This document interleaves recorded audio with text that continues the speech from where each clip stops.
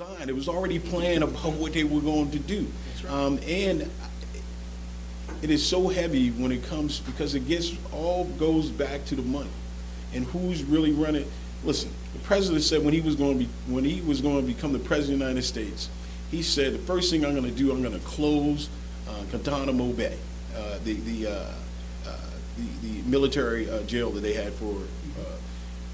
But that wasn't what he did. The first thing he did was dealt with the issues on Wall Street, because all those bankers got around him and started whispering in his ear and said, "Nah, this is what we're gonna do." But they don't really talk about. I mean, even before then, Bush had already given out what, $7 trillion, and you got the Federal Reserve Bank, who was able to print $16 trillion, and you don't know where the money went. They're giving it away. I mean, but it's some folks back there that's pulling the strings, and that's what I'm talking when we get to the Illuminati and that secret piece. When you go to the polls to vote for the president, that your vote and popular vote automatically elects the man, which is not true. The United States has this thing called an electoral college. We vote for the people who will vote to make the president, which I think is a way for the Illuminati when they created this country to make sure that the people may have their say, but we'll dictate. We experienced that earlier this century with the Bush and Gore election. Clearly, Gore won the popular vote, but he did not win the White House. Why? Because people felt as though, no, he's not one of us.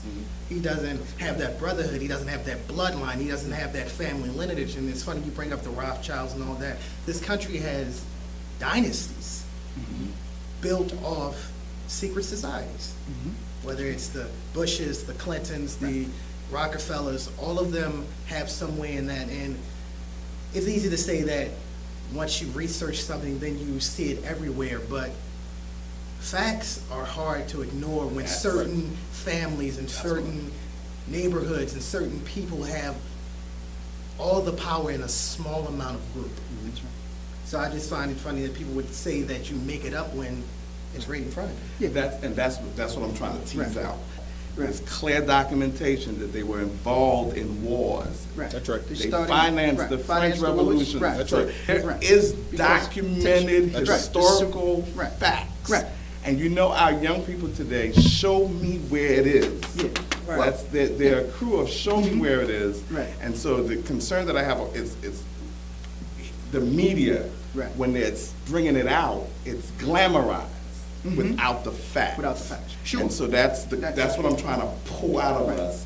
Is the information that you do have from your peers, from other people, but then grounded in the fact. If these celebrities, Rihanna, Michael Jackson, Whitney Houston, they were all sacrifices or somewhat a part of the Illuminati, does me listening to them or does me going to their concert, does that mean that I am, supporting what it is that they're doing? I think that's a big question, because for me, it's like, I like these artists.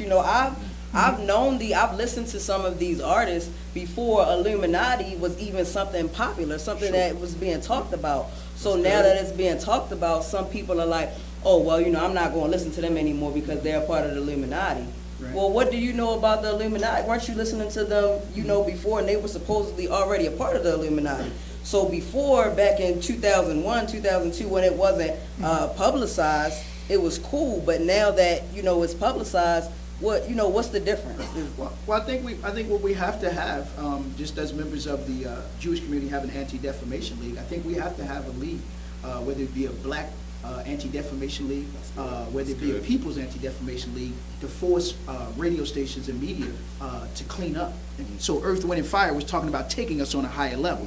This music today, with the symbols and the false vibratory frequencies that they're using, is not raising the consciousness of humanity right now. So it wasn't just black people that listened to the music, but brown, red, the yellow, the white, because it, of course, talked about our culture, it talked about our struggle. The music today is not talking about our culture, it's not talking about our struggle, it's only talking about sexism, only talking about the materialism, it's only talking about, again, the early sexualization of our children, and in terms of just constant, so you constantly, as the old saying goes, you become what you eat. So people just eat, sleep, work, sex, Dead. That's it. They're not going to tell you about all of these other artists and independent artists that are out here. So you listening to 92Q, but they're playing the same 20 songs every day in heavy rotation. You got over 2,000 religions inside of this country, but can you imagine if all we're constantly getting is the same 5 or 10? You got to play other artists. You got to clean up your airways, and if not, then we're going to withdraw our money. See, this is nothing new under the sun, as Solomon said. We have to use what's worked for us in the past. During the civil rights movement, we used economic boycott. We used the power to not ride on the buses, to force governments who didn't want to do right, to force white media who wouldn't bring black, entertainers into their studios. Dick Gregory shared with me, he's the first black man to sit on the couch on a white man's TV show. But it was, again, knowing that there would be some severe consequences and repercussions if that didn't take place. So I think we have to look at, again, what we've done in the past, not try to recreate a new wheel, but look at what's happened, what we did in the past to be successful, to force, again, the Illuminati and their pawns to be able to say, okay, we got to bring other artists on that are really, talking about our culture, that's really talking about our struggle, that's really talking about humanity. Don't mean they all have to be political, but it was because of the power of, again, the awakening of our people in the 60s and the power movement that forced Marvin Gaye to talk about what's going on. Right. To force Marvin Gaye to talk about Mercy, Mercy Me.